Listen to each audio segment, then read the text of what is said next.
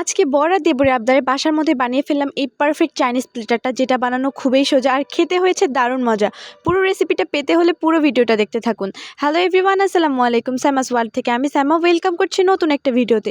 তো আজকে সকাল থেকে তারা দুই ভাই মিলে প্ল্যান করতেছিল যে চলো আজকে বাসায় খাবো না, আজকে বাইরে গিয়ে খাবো। তো আমি বললাম, আমার মতো বউ যদি তোমার বাসায় থাকে আর তুমি যদি রেস্টুরেন্টে গিয়ে খাও, এটা কি মেনে নেওয়া যায় বলেন তো? আমার মতো শেফ যদি বাসায় থাকে তাহলে আর রেস্টুরেন্টে খেতে যেতে হবে না। তো আমি বললাম কি খাওয়া বলো? ওরা বললো যে আজকে চাইনিজ প্লেটার খাবো। তো বাসার মধ্যে ফ্রিজে গিয়ে দেখে অনেক সবজি আছে, আল্লাহ মটরশুঁটিগুলো দেখে হতাশ হওয়ার কিছু নেই, এটা ফ্রিজে থাকার কারণে এমন হয়েছে। তারপর দেবরকে বললাম যে আমাকে একটু হেল্প করো। ও বেচারা দেখছি পেঁপে কাটছে এক হাত দিয়ে ফ্রি ফায়ার খেলছে। আমি বললাম তোমাকে দিয়ে হবে না, তুমি সরো। এরপর ওকে বের করে দিয়ে নিজে ইচ্ছা মতো কেটে নিছি, কারণ ওর দ্বারা আসলেই হচ্ছিল না। তারপর ও আমাকে পেঁপেটা কেটে দিয়ে গেছে। এরপরে এখানে আমি চাইনিজ ভেজিটেবল করার জন্য ভেজিটেবলগুলো কেটে নিছি। তোমরা দেখতেই পাচ্ছ, ঠিক এভাবে কাটার চেষ্টা করবা, তাহলে দেখতে সুন্দর হবে। আর এখানে ফ্রাইড রাইসের জন্য কেটে নিছি, যেটা খুবই কুচি কুচি করে কাটবা, না হলে খুবই ঝামেলা হবে, মানে খেতেও টেস্ট হবে না আর দেখতেও অনেক বিচ্ছিরি লাগবে। তো চলো শুরু থেকে শুরু করা যাক। যেহেতু আমার এক ভিডিওর মাধ্যমে পুরোটা দেখানো সম্ভব না, তাই আমি তোমাদেরকে দুইটা ভিডিওর মধ্যে একটাতে ভেজিটেবল আর চিকেনটা করে দেখাবো, আর আজকে ভিডিওতে আমরা বানাবো ফ্রাইড রাইস। তো এখানে আমি চাল নিয়ে নিছি, এটা আমাদের বাসার চাল, এটার নাম আমি আসলে জানি না। এরপর এই চালগুলো আমি ভালো করে ধুয়ে নিব। এখানে কিন্তু আমি পোলাওয়ের যে চালটা আছে বা আতপ চাল, সেটা ব্যবহার করছি। এরপর একটা পাত্র নিয়েছি, এর মধ্যে দিয়ে দিলাম গরম পানি।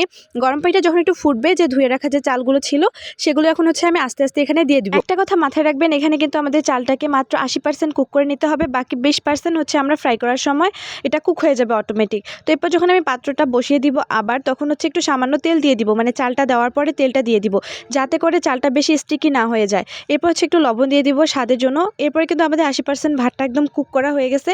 এরপর আমি এটা উঠিয়ে একটা পাত্রের মধ্যে নিয়ে এটাকে ফ্যানের মধ্যে এখন আধা ঘন্টা শুকাই নিব।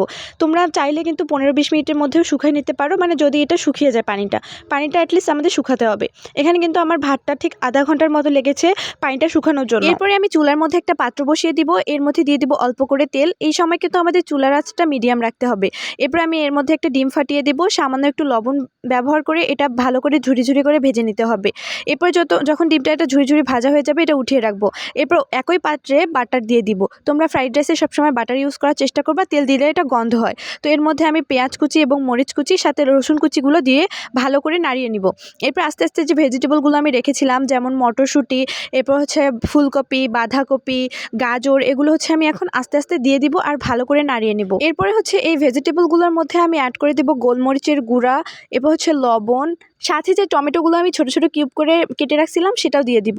এরপর এটাকে ভালো করে নাড়িয়ে এর মধ্যে soya sauce, dark sauce, chilli sauce এবং টমেটো সস দিয়ে ভালো করে নাড়িয়ে নেব। টেস্ট ঠিক রাখার জন্য এর মধ্যে আমি অল্প করে একটু চিনি ব্যবহারের ফলে কিন্তু এটা থেকে মোটামুটি পানি বেরিয়ে এসেছে। এটা এখন আমি 15 মিনিটের মতো কুক করে নিছি। এর মধ্যে কিন্তু হয়ে গেছে আমার যে ভেজিটেবলটা। এরপর যে সিদ্ধ করে রাখা চালটা ছিল এর মধ্যে আমি আস্তে আস্তে দিয়ে দিব। এরপরে প্রায় আমি 15-20 মিনিটের মতো এটা নাড়িয়ে নিয়েছি, আর এরপরে এটা কিন্তু হয়ে গেছে। তো এখন নামানোর আগে আমি জাস্ট যে ডিমগুলো ঝুরি করে রাখছিলাম সেটা জাস্ট দিয়ে দিলাম। এর মধ্যে কিন্তু আমাদের পারফেক্ট ফ্রাইড রাইস রেসিপি একদম রেডি হয়ে গেছে। টেস্টের কথা যদি বলি, মাশাআল্লাহ মাশাআল্লাহ, এটা রেস্টুরেন্টকেও ফেল করিয়ে দিবে। তোমরা জাস্ট একবার ট্রাই করে দেখবা বাসায়, আশা করছি তোমাদের অনেক ভালো লাগবে। নেক্সট ভিডিওতে আমি কিন্তু চাইনিজ ভেজিটেবল আর চিকেন ফ্রাই রেসিপিটা শেয়ার করব। আজকের ভিডিওটা এই পর্যন্তই। Thank you for watching everyone.